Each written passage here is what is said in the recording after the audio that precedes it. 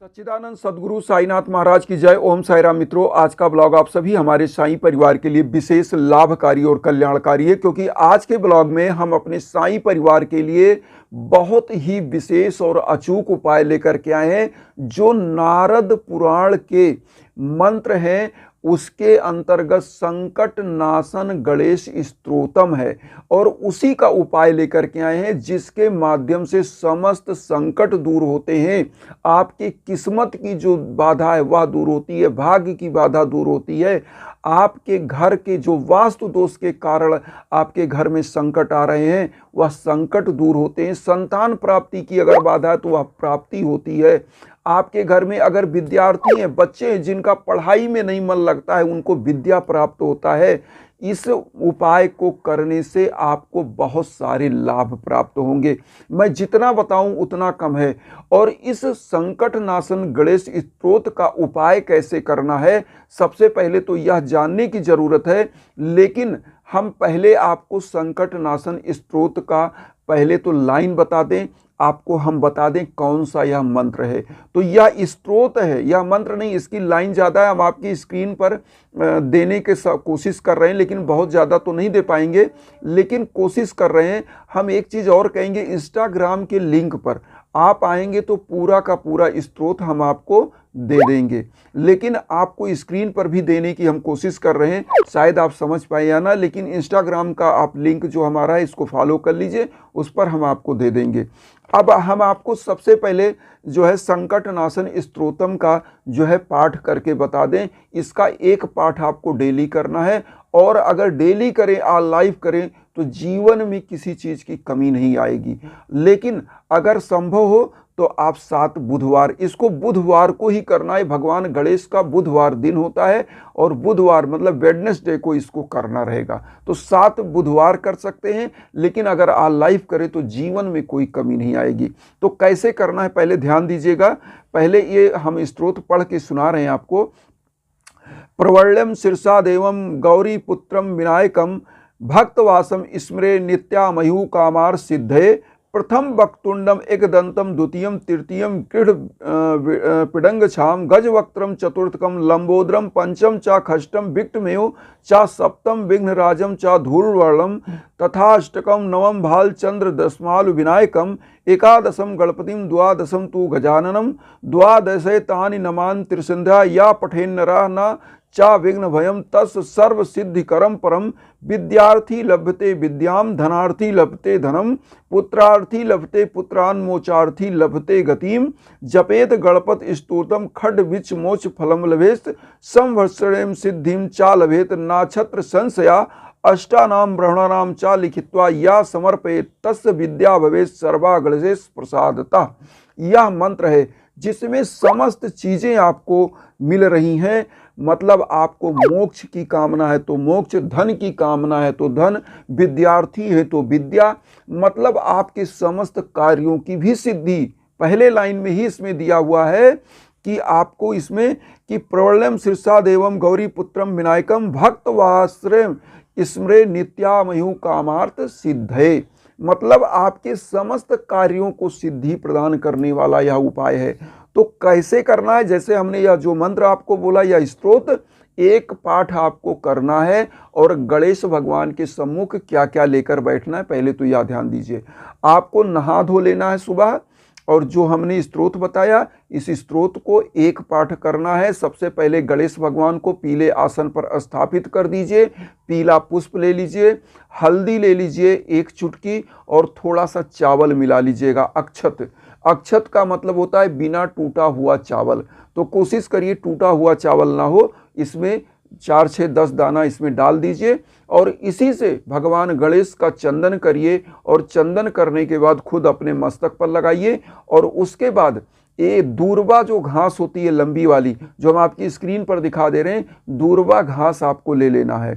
9 टुकड़ा इसका काट लीजिएगा। एक मंत्र है ओम गम गणपतये नमः।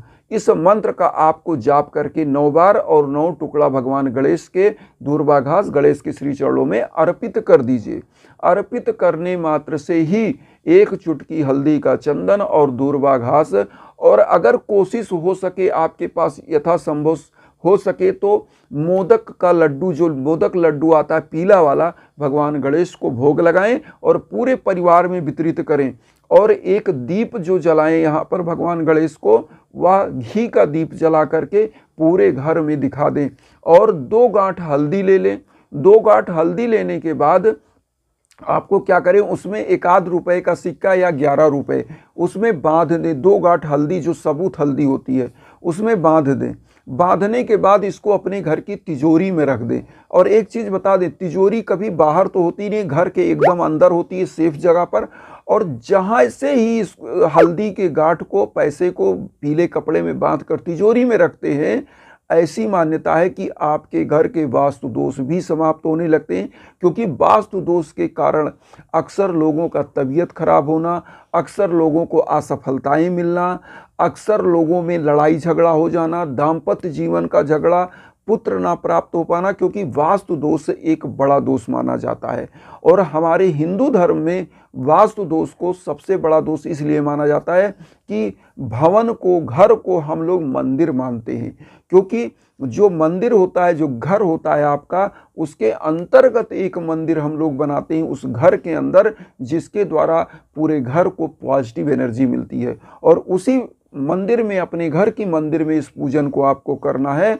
और इसको करने मात्र से आपके घर में समस्त मनोकामनाएं लोगों की पूरी होती हैं, उस घर का वास्तु दोष दूर हो जाता है। इसको करने मात्र से मैं आपको बता दूं, आपके घर की समस्त बाधाएं दूर होती हैं, आपकी सभी मनोकामनाएं पूरी होने लगती हैं, घर परिवार निरंतर वृद्धि विकास करने लगता है।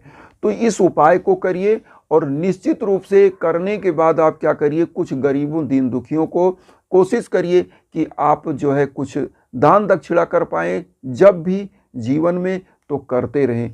क्योंकि देखिए, मानव सेवा ही समझिए भगवान की सेवा है।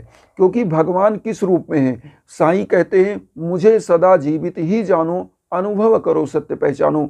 मतलब किस रूप में भगवान आपके पास आ जाएंगे आप समझ नहीं सकते, इसलिए अनुभव करिए। कोई भी कष्ट में है, जीव है, गाय है, कोई कुत्ता है, बिल्ली है, जानवर है, आता है, तो प्रेम से जो आपके पास अगर आ रहा है, वो आपको देख रहा है, तो इसका मतलब एक आशा से देख रहा है। आप उसके लिए दाता हैं, तो आप एक टुकड़ा रोटी का एक निवाला दे सकें, तो इससे बड़ा कोई धर्म नहीं होता, इससे बड़ा कोई आपका दान नहीं होता।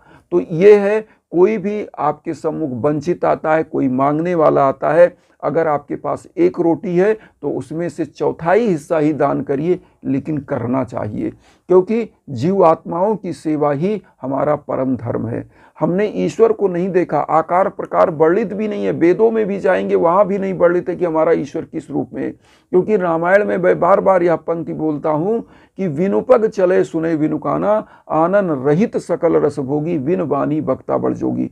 ईश्वर क्या है? जो बिना हाथ पांव के चलता है, बिना जीवा के समस्त रसों का स्वादन करता है, बिना आनन के सबसे बड़ा वक्ता और योगी है, और समस्त चराचर जगत में वह व्याप्त है।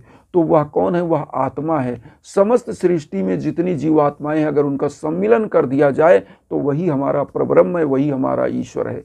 तो इसीलिए साईं भी कहते हैं कि जो मनुष्य की सेवा, जानवरों की सेवा करता है, उसका समस्त रोग दुख दूर हो जाता है। तो इसलिए आप सभी लोग, हम यही कहेंगे कि आप सभी लोग इस उपाय को करिए और निश्चित रूप से प्रभु आपका कल्याण करेंगे। तो इस उपाय को आपको बुधवार को करना है। इसी भावना के साथ हम एक चीज़ कहेंगे कि वसुधैव कुटुंबकम की जो भावना हम लेकर चल रहे हैं, उसमें आप सभी लोगों का आशीर्वाद नितांत आवश्यक है। चैनल को सब्सक्राइब करके आशीर्वाद दीजिए और उन साईं भक्तों तक वीडियो को जरूर शेयर करिए जो किन्हीं कारणों से कष्ट में, दुख में। इसी भावना के साथ ओम साई राम।